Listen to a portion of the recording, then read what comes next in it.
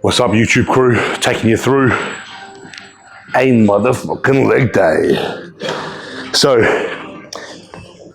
we are 4 weeks out, pretty well nearly, exactly 4 weeks out.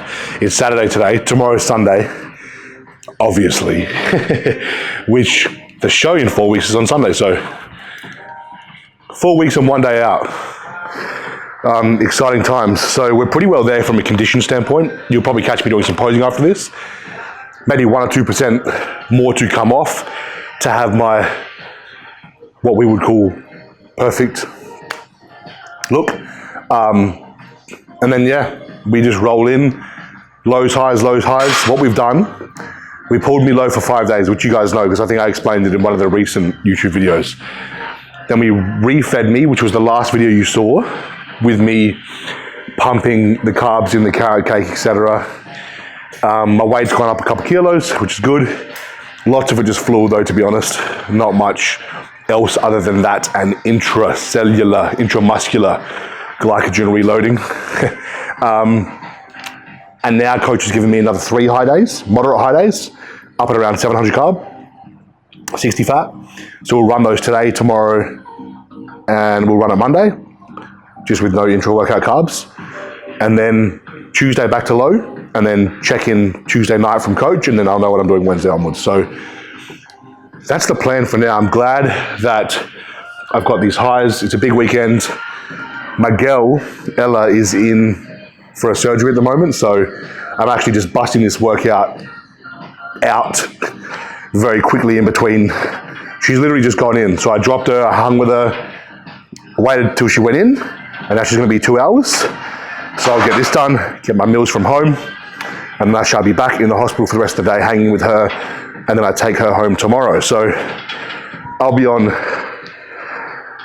home duties, carer duties for the next 2 weeks with her, which actually might not be bad because I'll be able to be more organized. I'll make sure my days are fucking more on the point. So yeah, today's a short, sharp and shiny one. We've got a deload session. I didn't really go over that, but we're kind of deloading. So he gave me 3 rest days on those 3 high days that he gave me. And now he's giving me 3 more high days, but I'm back to my 2 on 1 off training split. So we'll train today, train tomorrow, rest Monday, etc. and so forth.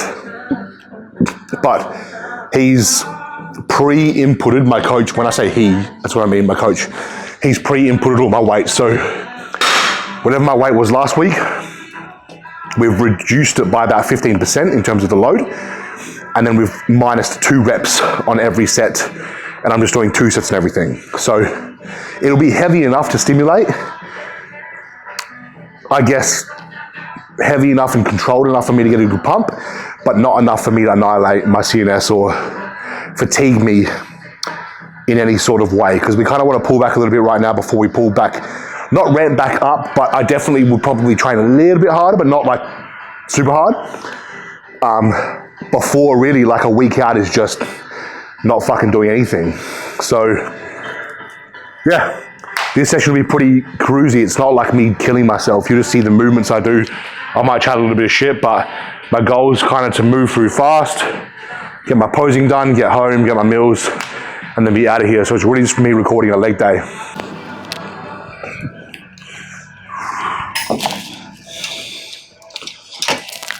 Right.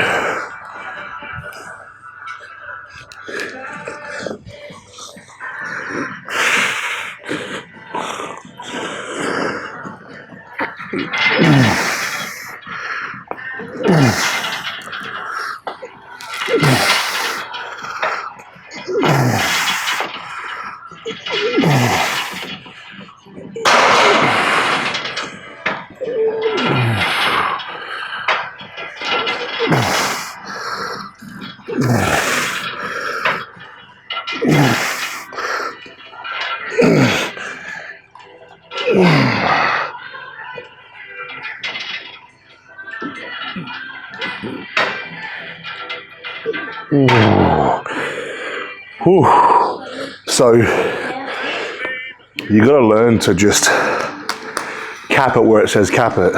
Now, I'm a bit of an advocate, as you guys know, of just training fucking hard and just getting shit done. But there's a caveat to that. If you were in competition prep, or if you were a serious athlete, or if you were fucking working toward a goal that's big and meaningful and you've invested in somebody to help you, then you listen to them. So if my coach says, dude, I really need you to understand this next process of reducing fatigue and reducing systematic stress is extremely important, and I need you to be adherent to what I say, which for him was come into the gym, be in an RPE of 7-ish, 6-ish, train with that rep and reserve of like 4 or 5. Then I need to do that because he is structuring the food, the output. He's factoring in why I'm fatigued, why I'm stressed, why I'm inflamed. He's factoring in reasons as to why my sleep might not be on point. It's a big comprehensive view, and if he thinks I'm doing one thing in the gym and I'm doing something else, it's not good. So if your coach thinks you're doing one thing and you're doing fucking something else, and 2 and 2 aren't coming together, and at the end of the week or the month, you're questioning things, it's your fault because he's not making adjustments based on fucking an accurate representation of what's actually going on. He's making an adjustment based on what he knows is what's going on, and you're somewhat following the adjustment while somewhat manipulating it yourself. You know what I'm trying to say? My brain doesn't really want to talk in the way that I wanted to talk. But you know what I'm trying to say? It's not, follow what your fucking coach says, okay? Do what your coach says, because at the end of the day, if you've made an investment, then trust them. You can ask them questions, but fucking trust them. And don't go behind their back making silly decisions or keeping secrets because you think it's going to make you a better athlete. It doesn't. It makes you dishonest.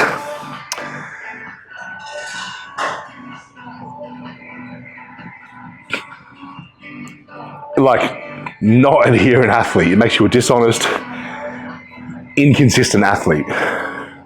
It's a word I was trying to find. Now, that was 15 reps. Now I've got 12 reps. Let's do it.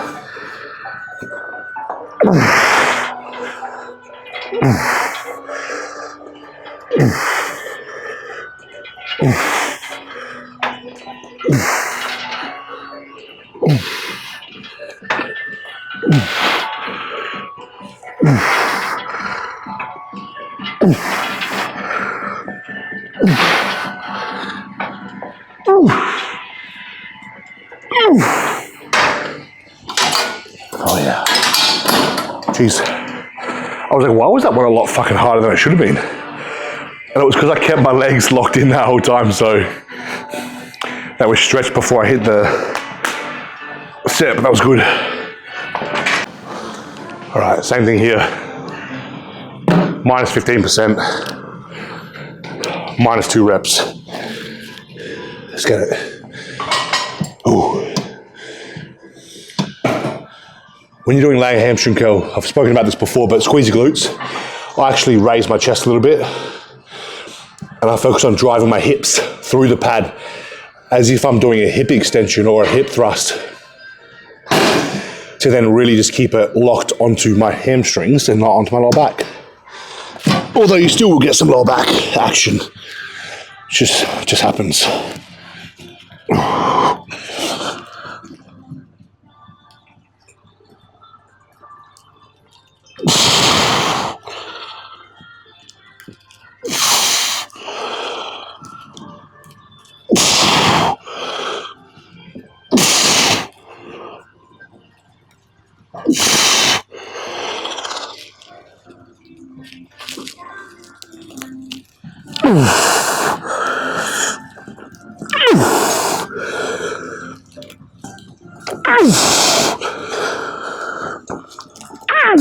Oh yeah.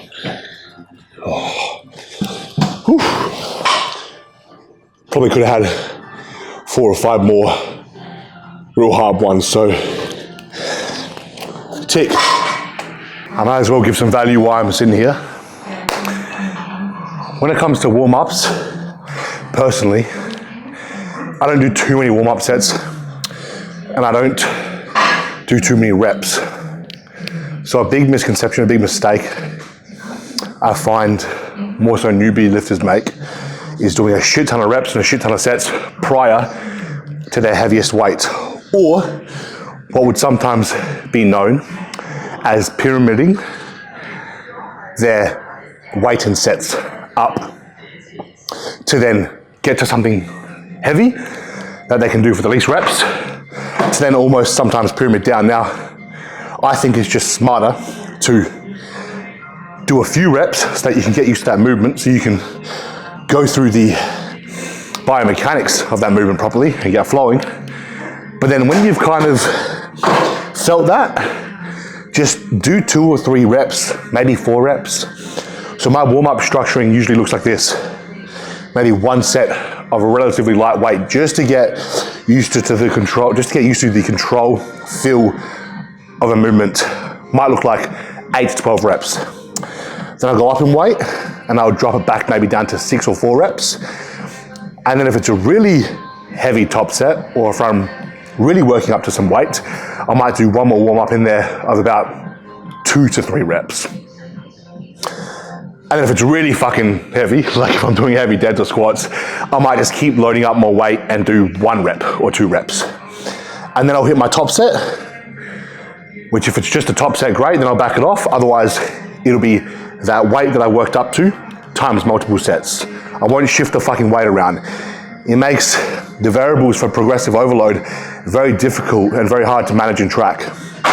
So, for example, here, I'm working up to my top set. My legs are fucking juicy. I've just done leg extensions and leg curls.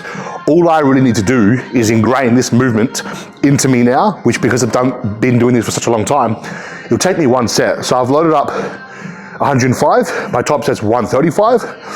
I'll hit 2 or 3 ripper reps here, and then I'll load up my top set and I'll fucking smack it. You know what I mean? I'm not gonna do fucking 18 sets here, waste my energy, lift 25 or 30% less than I could be lifting, all because I thought it was better to just get more volume in. Okay. And sometimes it will feel heavy. Like, don't get me wrong, this feels heavy, but as long as I don't rush it, you know, you always control that first rep, you're good. Like, I'll just brace now, make sure my feet are sweet, glutes are on, knees are lined up where I want them, lats are tight, chin is slightly tucked, breathing into my core, brace, control the top part of the movement, then we flow. Boom, clean.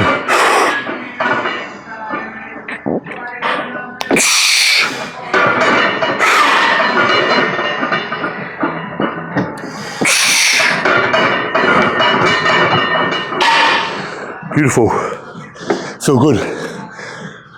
Now, again, that's something I can touch on.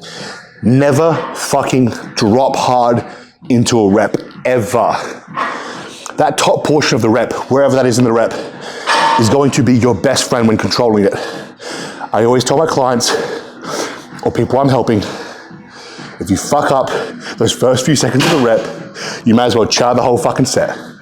Because you've lost control, you're probably now moving way too fast, and now you're trying to fucking stabilize yourself and take it off muscles that the weight shouldn't be on, try to put it back on the right muscle. I tell you what, it's a pot of soup for fucking disaster. If I was making a soup called disaster, the first ingredient would be drop too fast into the rep. And literally, it's an amazing cue for people just trying to learn how to control reps. I literally say, do this rep how you feel you should, but be overly conscious of the first 2 seconds. And they go into it, they breathe, they focus. They go 1, 2, and they've controlled it. And then the rest of the rep just flows smoothly. It's those that can't use their controlled aggression and just hit that first second too quick and they throw themselves.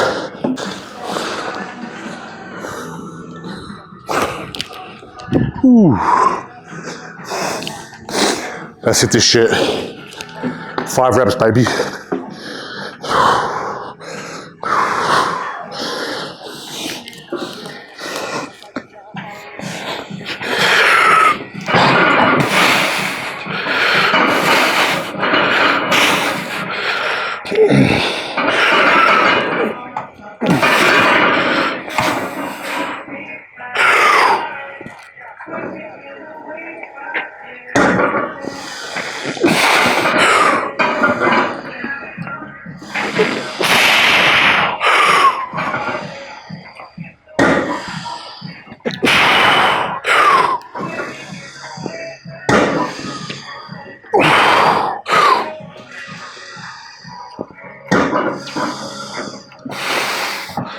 Yeah, beautiful. Woo. And the coach was right. That shit's still tough. He said the weight's still gonna feel substantial, but you're just not gonna fuck yourself essentially. And it's right. If you're ever deloading, it's a good little tip. Actually, yeah, fuck it. If you're wondering how to deload, here's an easy fucking method. Take all of the weight you lifted the previous week, minus the load by about 15%. Take the reps you did last week on that same exercise and set, subtract 2 reps from it, do 2 sets and everything, call it a fucking day. You can still train, you can still move some fucking weight, you still get a good pump, but you are totally giving your body a chance to reset, re-regulate, recover for the next week, whatever that is.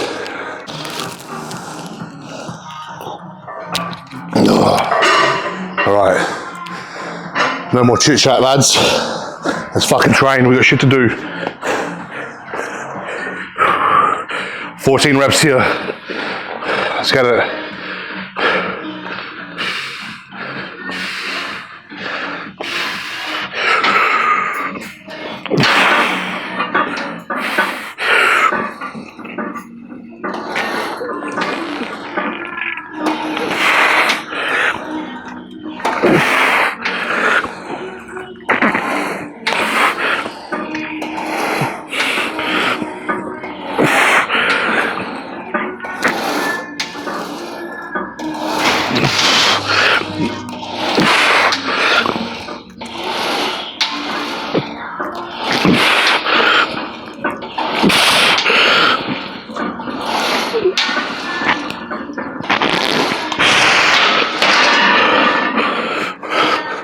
Money. Cash money. All right. These bad boys, I can put it here. Superset with calf raises. And then we're done. I was already in here this morning getting my cardio and abs complete for the day. And the only thing left is posing, but I'm actually just going to do that later tonight because I'd rather be a bit faster here, go home, eat, and make sure I'm back at the hospital in time. All right, 13 reps.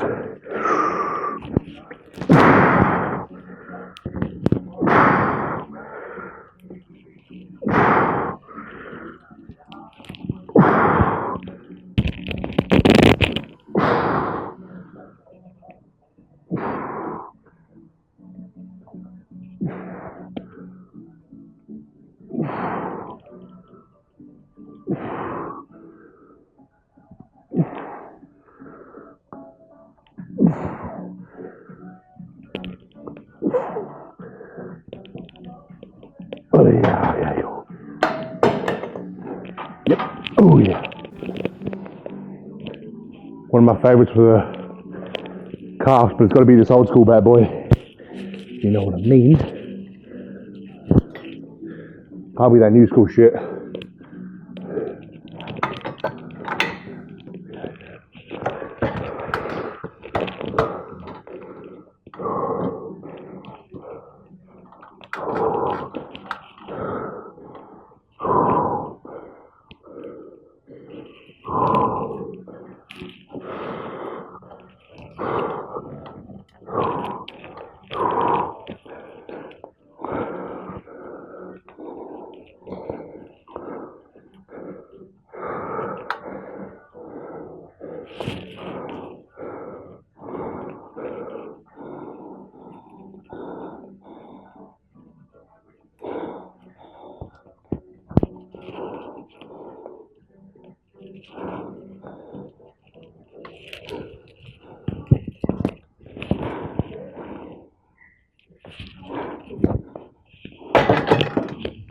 Right.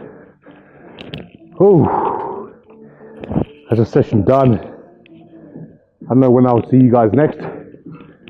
I might actually record later at home tonight, eating my last meal at the dinner table.